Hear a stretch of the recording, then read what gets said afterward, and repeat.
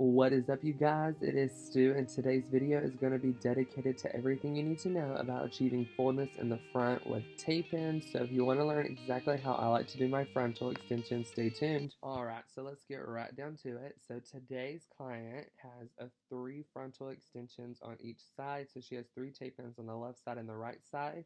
What we use this for is because since she is blonde, she needs a little bit more fullness in the front, just because one of the things that come to with being a blonde, especially in a blonde that's not natural, is you're going to have a little bit of breakage in the front. It's kind of inevitable.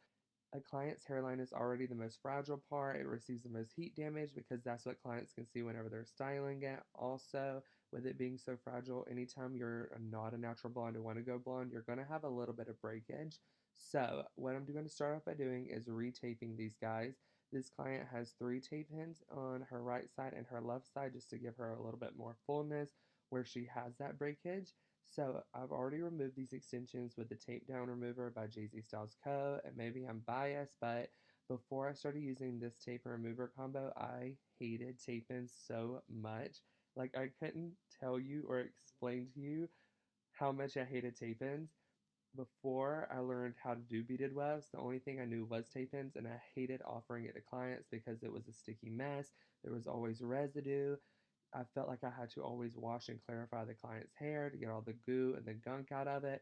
But since I've started using these, since I moved to Jay-Z, I have actually fell in love with tape ins. They're great for a full head, but mostly I just use them for frontals to fill in the front, like we're going to be showing you in today's video.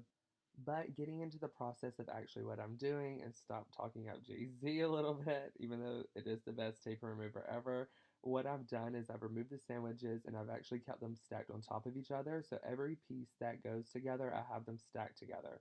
And the reason I like doing this is because I know every top part and bottom part of the sandwich is going to be going exactly on top and bottom where they belong. I don't have to worry about a shorter piece being sandwiched on top of a longer piece or anything like that. Everything can go in really nice and even.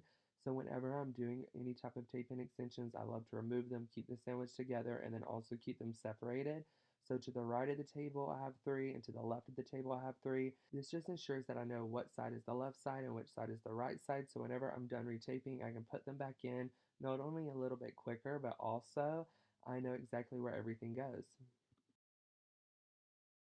Now that I have everything retaped and organized, I can go ahead and get into my sectioning. What you're going to see me doing is sectioning it off on a slight diagonal. The reason I like to place my tape ins on a slight diagonal is because it's not only going to work with the head shape better, it's going to help push that hair forward. So whenever her hair is laying down, it's really filling in that front. But also, if my client wants to pull her hair up into a ponytail or even a high bun, it's kind of going to bend with the hair and kind of fold up better as if you just placed them straightly horizontal. This is something that I like to call a placement test. And what a placement test is I'm placing the tape in where it would be if it was installed in the hair. What this is going to do is going to show me where the hair is going to fall once that tape in is installed. So now I can see the baseline, make sure that that's going to be full, make sure that the end of the tape in extension matches up with the length of her hair. And also, this is going to ensure that I don't have to lose any length on the extension hair or her natural hair when everything is in and said and done. Everything's going to match up perfectly, so I can just move on to styling her and getting her out of the salon. As far as the install goes, it's pretty simple. You're going to be seeing me take a thin slice of hair like this and just applying that bottom piece of the sandwich to that section. What this is going to do is install that bottom piece so it's already in there, and then you're going to be seeing me kind of take my comb and rubbing those hairs on there, just making sure they really stick. After I've done that, I kind of push the hair forward, make sure everything matches up, and when I know that tape in is exactly where I want it, I'm going to be skimming the top, just grabbing those little excess hairs, those hairs that kind of didn't make the cut, and clipping those away, just because if they didn't stick, they don't really need to be in that sandwich. Once that's done, I'm just going to be taking the end of my rat tail comb and kind of cleaning up those corners. This is to make sure that any of those hairs that are kind of being caught on the side aren't being pulled and tugged into the sandwich. This is going to help your client not have any tension on their scalp. This is going to prevent any kind of damage or pulling over time from the 6 to 8 week period of where her tape in is. It's not going to be pulling, it's not going to be tugging, it's not going to have any tension. It's going to be really healthy for her hair, and it's also going to be very comfortable for your client.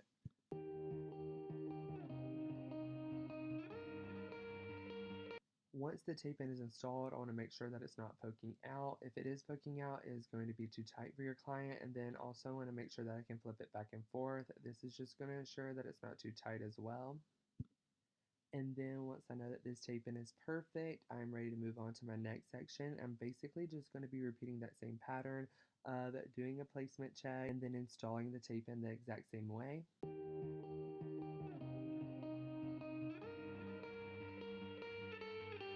Something that is important to keep in mind whenever you are doing tapes, you want to make sure that you're actually bricklaying your pattern. If you put all the tapes in the same spot, it's just going to look really full in one area. You want to make sure you prevent that.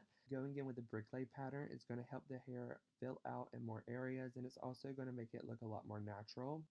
It's going to make the client's hair look a lot more fuller, and it's going to make your client feel like they're getting a whole lot more bang for their buck. Something else that I really wanted to touch on is that this is a really quick express service, and what I mean by that is while you have a root color processing, while you're waiting around for foils to lift, you can do this service during another client's processing time with or without an assistant. This is just going to help you bring in more income for yourself, and then also you're not waiting around for someone to process, you have something else to do. Not only are you going to be getting clients in quicker, you're going to be getting paid for your full amount every minute you're at the salon. When someone's processing, you kind of just hang out in the break room. This way you're fitting in another client, you're increasing your income. This is also going to be a great way to kind of get your clients hooked on extensions. For those clients that have never had extensions before, adding a few frontals is really going to get them hooked once they see what their hair can be like when it's more full, how they can actually like love their hair more than they already do. Something that I always say is extensions are like Pringles. Once you pop, you can't stop and people get addicted. So just adding a few frontals in the front is going to be kind of the start of their hair extension journey. I know that I have a ton of clients that I've started off with just putting 2 frontals, even 1 sometimes, on each side, and after that they literally are addicted. Now that I'm wrapping up this last sandwich on this side, I kind of wanted to show you guys the difference that the frontals have actually made. So if you look at my client here, you can see that this side is really full, and then if you go to the side that has no tape ins, you can actually see that there is going to be a lot shorter pieces. It's not more full in the front. So I hope this guys helped you with my little tips and tricks on frontal extensions. And thanks for watching. Don't forget to like and subscribe, and I'll see you on the next one.